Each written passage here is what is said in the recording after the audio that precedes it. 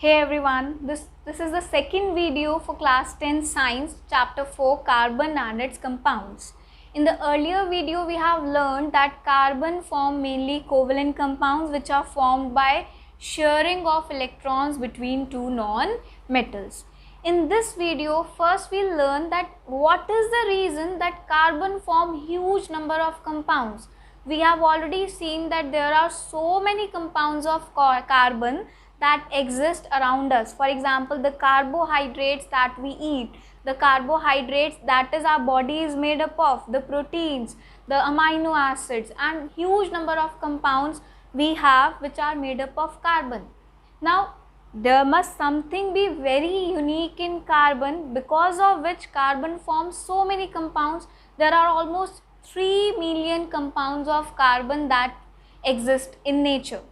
So what is the reason that carbon can form so many compounds? Actually, carbon has two very unique properties. The first unique property of carbon is catenation. ऐसा नहीं है कि catenation सिर्फ carbon show करता है, लेकिन carbon has the huge tendency to show catenation.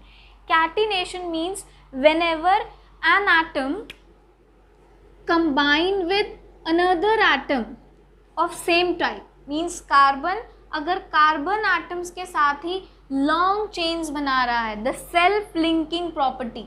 Silicon के साथ ही सल्फर के साथ ही अगर बहुत सारे सिंगल कोवेलेंट बॉन्ड्स या डबल बॉन्ड्स या ट्रिपल बॉन्ड्स बना रहा है to form straight, it could be straight chains, it could be branched, and even it could be ring like structures. This tendency is called as catenation. इस tendency को बोला जाता है catenation. But पूरे periodic table में, mind it, in the complete periodic table catenation की जितनी tendency, capability carbon की है उतनी किसी एलिमेंट की नहीं है. हर एलिमेंट थोड़ी बहुत कैटिनेशन शो करता है, but in case if we study the carbon has the huge tendency to undergo catenation. Carbon can combine 1000 number of atoms. 1000 carbons can combine to form straight chains, to form cyclic structures, to form branch chains, to form single bonds, to form double bonds, and even to form triple bonds. So carbon की अपने जैसे carbon atoms के साथ attach होने की जो capacity है वो किसी और एटम की नहीं है. And this self linking property of an atom through covalent bonds to form straight chains और cyclic rings, this tendency is called as catenation.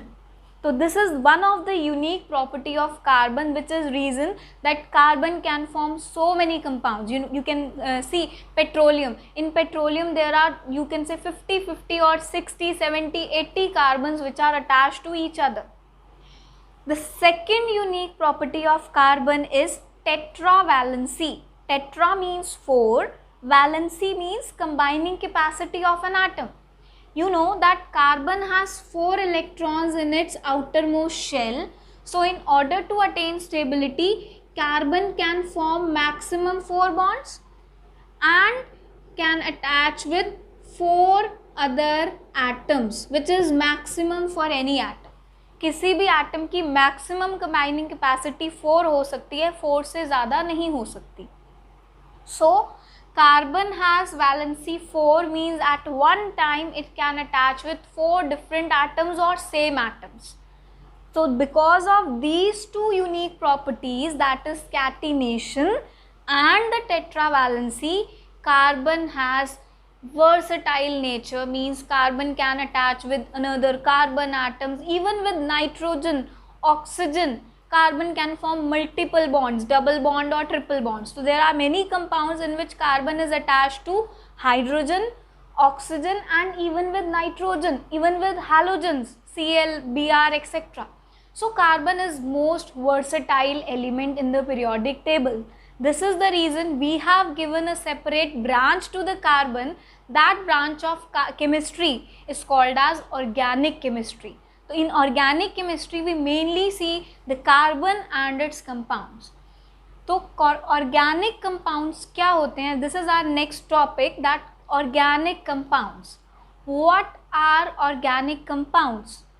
ऐसे कंपाउंड्स मेनली पहले ऐसा माना जाता था, एक्चुअली अगर हम बेसिक्स से जाएं, हम डिटेल में जाएं, तो पहले ऐसे माना जाता था दैट ऑर्गेनिक कंपाउंड्स वो नेचुरली अकरिंग कंपाउंड्स होते हैं जो या तो एनिमल्स में होते हैं या प्लांट्स में होते हैं. मतलब एनिमल प्रोडक्ट्स और प्लांट्स प्रोडक्ट्स में जो नेचुरली अकरिंग कंपाउंड्स होते हैं, बेसिकली उन नेचुरली अकरिंग कंपाउंड्स को बोला जाता है ऑर्गेनिक कंपाउंड्स. उन ऑर्गेनिक कंपाउंड्स को ऐसी उस टाइम पे माना जाता था कि ऑर्गेनिक कंपाउंड्स को बनाने के लिए वो वाइटल फोर्स की ज़रूरत होती है, जो वो गॉड गिविंग फोर्स है, कि जैसे गॉड ने ही natural human beings, plants, animals को, लिविंग बीइंग्स को प्रिपेयर किया, उसी तरह से ऑर्गेनिक कंपाउंड्स भी वो नेचुरली कंपाउंड्स हैं, नेचुरली अकरिंग कंपाउंड्स हैं जिनको सिर्फ गॉड ही प्रिपेयर कर सकते हैं. उनके लिए वो वाइटल फोर्स की ज़रूरत है. Actually there is a theory named vital force theory for that. This theory is called as vital force theory. That according to vital force theory, that carbon and its compounds, basically organic compounds are only naturally occurring compounds जिनको बनाने के लिए वो vital force की requirement है.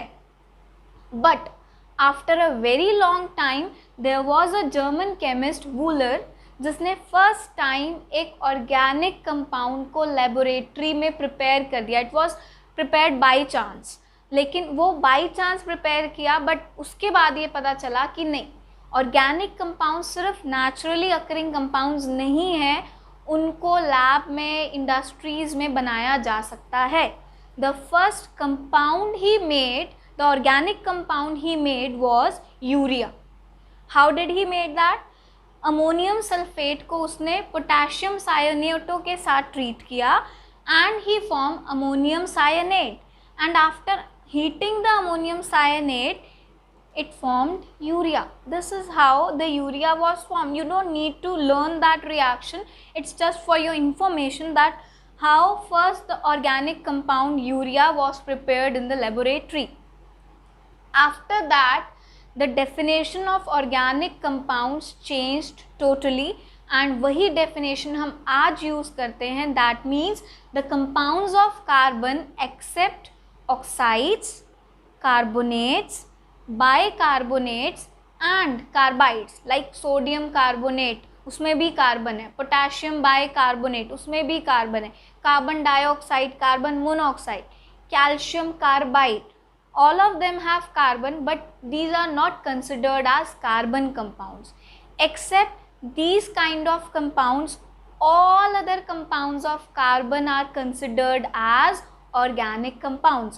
Carbon के सिर्फ इतने से, इन कंपाउंड्स को छोड़कर बाकी के कार्बन के जितने भी कंपाउंड्स होते हैं they are called as organic compounds and the study of carbon and its compounds is called as organic chemistry.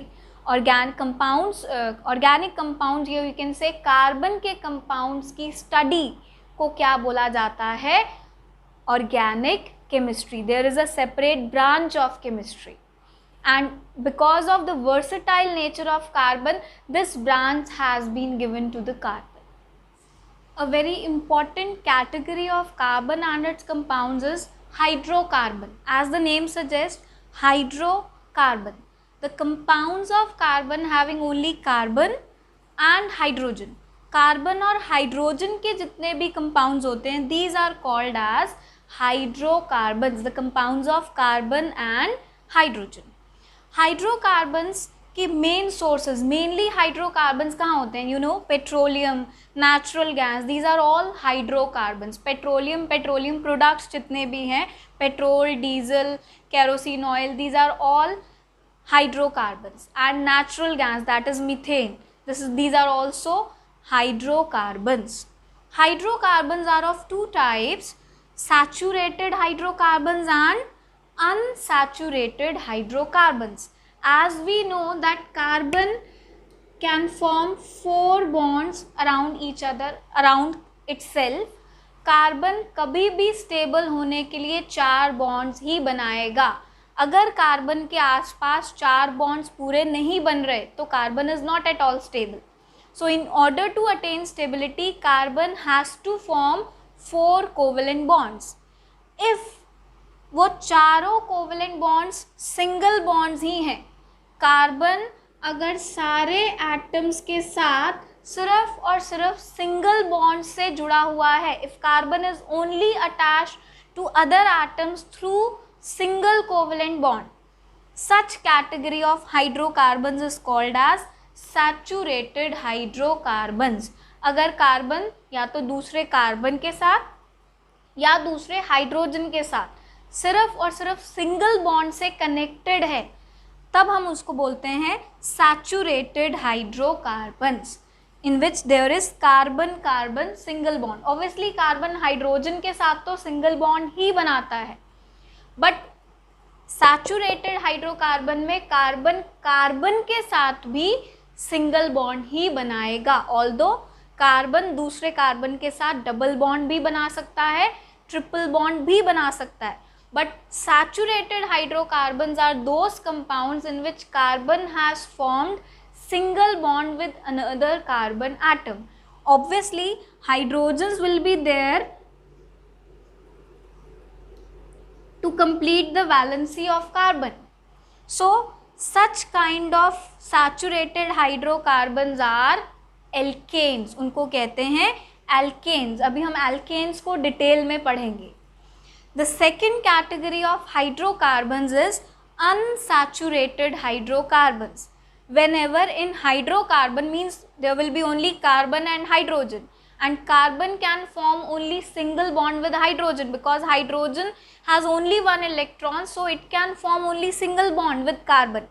But if carbon is forming double bond or the triple bond with another carbon atom, such hydrocarbons are called unsaturated hydrocarbons. अगर carbon दूसरे carbon के साथ double bond बना रहा है like this, here carbon has 4 bonds, because carbon जब तक 4 bonds नहीं बनाएगा तब तक स्टेबल ही नहीं होगा. बट दिस टाइम कार्बन और कार्बन के बीच में क्या बना है? Double bond. यहाँ पर भी कार्बन के 4 बॉन्ड्स थे, लेकिन जैसे if I take this example, यहाँ पर भी कार्बन 4 बॉन्ड्स बना रहा है, बट कार्बन और कार्बन के बीच में यहाँ पर क्या है? सिंगल बॉन्ड है. Here so this is saturated hydrocarbon, but this is unsaturated hydrocarbon. Similarly if carbon is forming triple bond with another carbon atom, this is also called unsaturated hydrocarbon. Again carbon has total make 4 bonds, 1 2 3 4, but carbon और carbon के बीच में कितने bonds हैं? 3. Unsaturated hydrocarbons are those in which carbon atoms are connected by multiple bonds. Multiple bonds means double or triple bond. Obviously 2 atoms के बीच में triple bond से ज़्यादा bonds नहीं बन सकते. तो if carbon is connected to another carbon through double bond like this, this is categorized as alkene. And if carbon is attached to another carbon through triple bond, this is categorized as alkynes.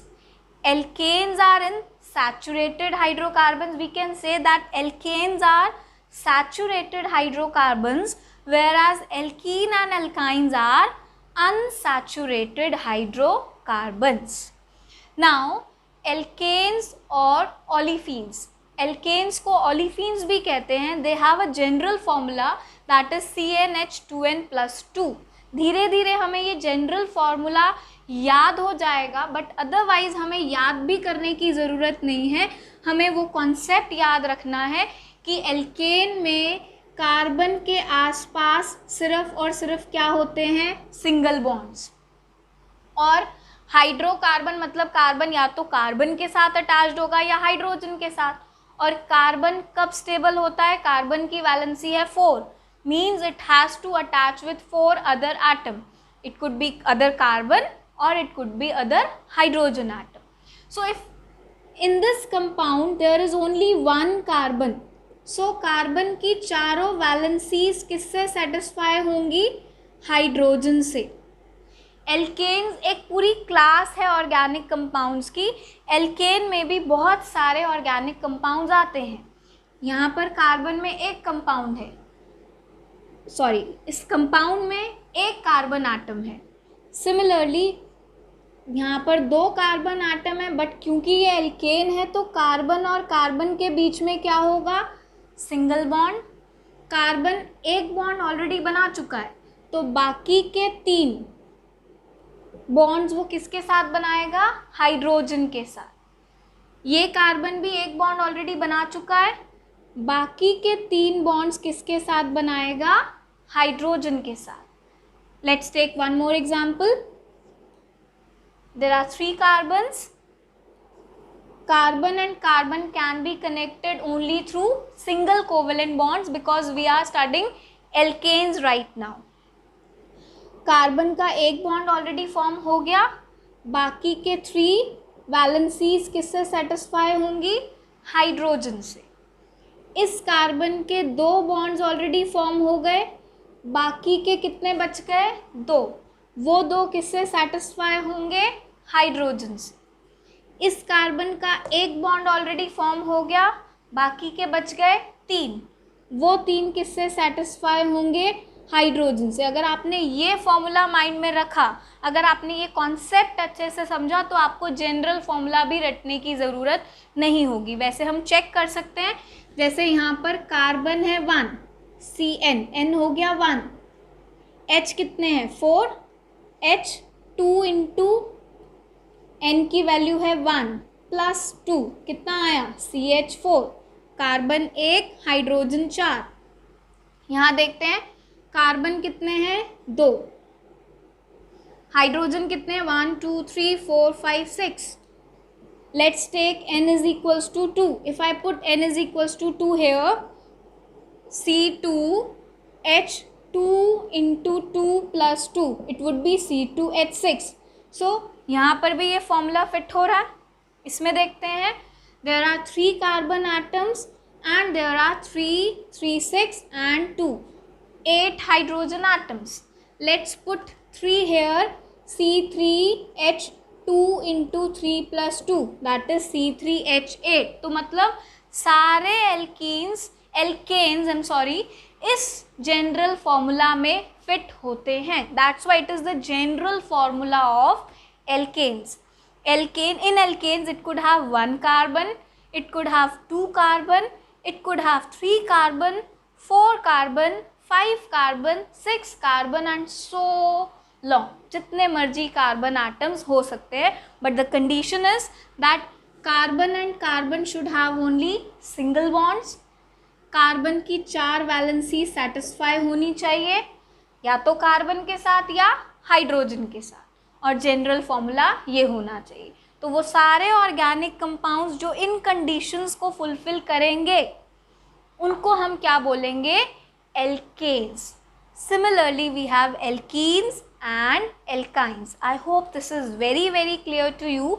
अभी हम इनकी naming भी करेंगे कि कैसे इनके names होते हैं, फिर होमोलोगस सीरीज इनकी कैसे होती है, and then alkenes and alkynes. I hope this is very very clear to you. Thank you so much.